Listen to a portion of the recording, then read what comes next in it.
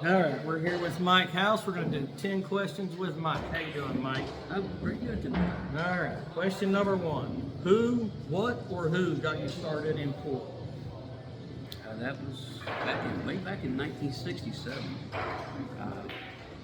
I went to college on a golf scholarship, enrolled early that summer, and wasn't long there, hurt my back. So they said, you gotta lay off golf for a while. I walked around, walk across the street, and there's a pool. I walk in the door, and there's two guys playing, and they're playing six ball for $10 a game. In 1967, that was quite a bit of money, and I got to thinking, I was watching a little bit, I said, I can beat these guys, but I practiced for like a week. So that's how I got started. Nice, back in 67. 67. Number two. What do you enjoy most about playing the game? Competition. It's you against, well, it's supposed to be you against the table, but you always wind up playing somebody. Now back in the day, we played by the game. We didn't play by the sets like they do now. So you could, if you put some pressure on someone, you could actually break them down mentally. Sets don't allow modern day players to do that very often. But when we were playing by the game, you could tell the instant you had broken someone down mentally. They got real wins. Nice. All right, number three. What's the best advice you've ever received about playing pool? Well, since I play a lot of one pocket now, when you get older, pool players tend to start playing one pocket. It's pretty obvious reasons why. If you hang a ball and play one pocket, sometimes that's the best shot you could possibly make. Play a nine ball is suicide. Probably the best advice I got was a good friend of mine, Jersey Red, probably the best one pocket player. Real name was Jack Brett. He was probably the best one pocket player of his era. Now he was extremely offensive minded, yet his best advice to anybody that listened was always remember in one pocket, many more games are lost than are won. And if you think that through and realize what he's talking about, it's going to change the way you play the game. Nice. Well, it goes into our next question, number four. What's your favorite game of pool to play? And Obviously why? now it's one pocket because as you get older, again, your eyesight tends to go. You're always playing on the 9-foot table, so that makes it even worse. And you learn to play real, safe. Let the other player lose the game rather than you trying to win. All right, number five. What type of cue do you play with, and what's your favorite cue accessory in your bag? I play with a Chris Nitti. Chris is a great cue maker. He's also a great guy. I was playing with RT years ago, and my shop got broken into, and they stole my RT. Chris heard about it. He calls me up and says, "Mike, come by my shop." I didn't really know what he wanted. I goes by the shop. He said, "I've got 4 cues ready. Pick out one." And he has beautiful cues. I said, "Chris, if you're serious, I'll take this." He said, "No, get one of the fancy ones." I said, "No." I said, "What you're doing is nice enough. I know how much time and effort, work you put into those cues. I mean, this is a great offer, and I'm going to take you up on the plain Jane." And I still got it. Play with us. All right. Number six. What's your favorite pool hall you've ever been able to visit personally? God, I've been to so many. Done work for so many pool room owners over the years. You have that one that you could It's- say tonight I could go play at. Where would you go? That's just so many that it's not. There's not one that stands out.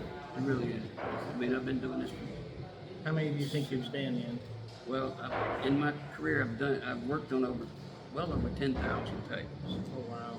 So You don't kind have of one figured that out. just sticks out. No. You've been to a lot of them. I've been to many. All right, the obvious answer here would be Efren, but other than Efren, if you could pick one player to play against, who would it be and why? Besides, everybody wants to play Efren, but besides Efren, if you could pick one player, past or present. Press Sprout. I'd love to play my cousin, Scotty Townsend. Just to get him back here one Right. day. What One about day. present? Somebody that's still Present? with us. Well, jeez. course, I would say Shane, but you're not really playing, you're watching. Probably one of the one-pocket players. Tony Chohan, he plays super aggressive, very creative. All right, number 8. What keeps you motivated to keep playing the game? At your age, what today keeps you motivated to keep playing? This is the best exercise you can get at my age. It keeps me moving. If I didn't play pool, I'd just be sitting around doing nothing. And when you get my age, if you don't do anything, pretty soon you can't do anything. So you got to keep moving. Number 9. Who is the player that you think is your toughest competition? Like your nemesis. Like when you go play this player, you want to bring out your best game. So many of them. Back in Steve Cook, called him Cookie Monster. He was a great one-pocket player. He's in the Hall of Fame, one pocket. But he was also an extremely good 9-ball player, and we always had battles. I never could beat him playing one pocket, but I did have a winning record against him playing 9-ball, which I was very proud of. And number 10, final question. To date, what is your most successful moment or memory in pool? Oh, that was actually go back when Efren first came over, right after he won that tournament in Houston playing at Cesar Morales. Shortly after that, he came down to South Florida where I was, and I had a pool room down there myself at the time, and he wound up staying with me for about a week. And I'll tell you a funny story about that. I sent him down to Bird Bowl in Miami. There was a tournament down there, and of course he won the tournament. And they gave him a Mucha Q still in the plastic bag, a couple $100, and they gave him a little trophy. It probably didn't cost him $10 to make it, but he was more proud of that trophy than anything he probably ever won financially. He came back to my room, and we stayed up all night. We stayed up all daylight. He never set that trophy down, and I got to think they must not have given trophies in the Philippines back then, because he never set it down. And at 7 o'clock in the morning, there was a package ship place opened up, and he had me drive him over to the package ship, and he sent that little trophy back to the Philippines. He probably still has it in his home today. I've never seen anybody more proud of a little $10 trophy. Better than the Q or the money? Oh, he threw the cue in the trunk, never paid attention to it again. And the money, he spent that real quick on cigarettes. He smoked like a fiend when he first came over. Nice. All right, so we're going to go off question. One more thing for you.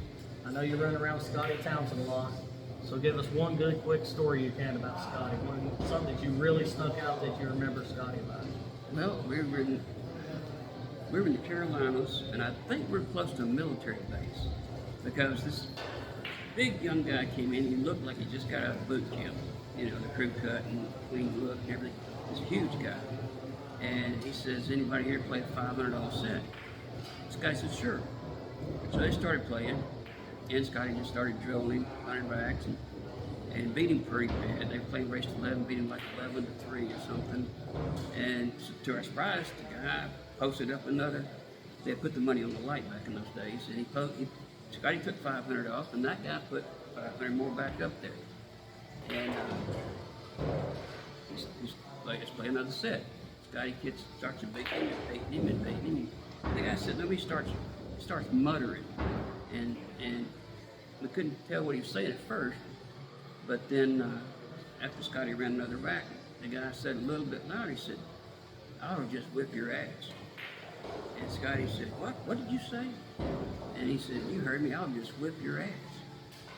And Scotty said, looked at him. He says, "Tell you what." Scotty reached in his pocket and took out that 500, put it back on top of the light. And he said, "Now you put another 500 on top of that light, and you and I will go outside, and whoever comes back in the door gets to hold 10,000." And the guy just froze. He didn't know what to think. And he sat there for a minute. He thought. He finally said, "You know what? Let's just finish this set." He didn't want none of that, did he? Yeah. All right, Mr. Mike House, I thank you for your time, It's sir. been a pleasure. Definitely. Stay tuned for more.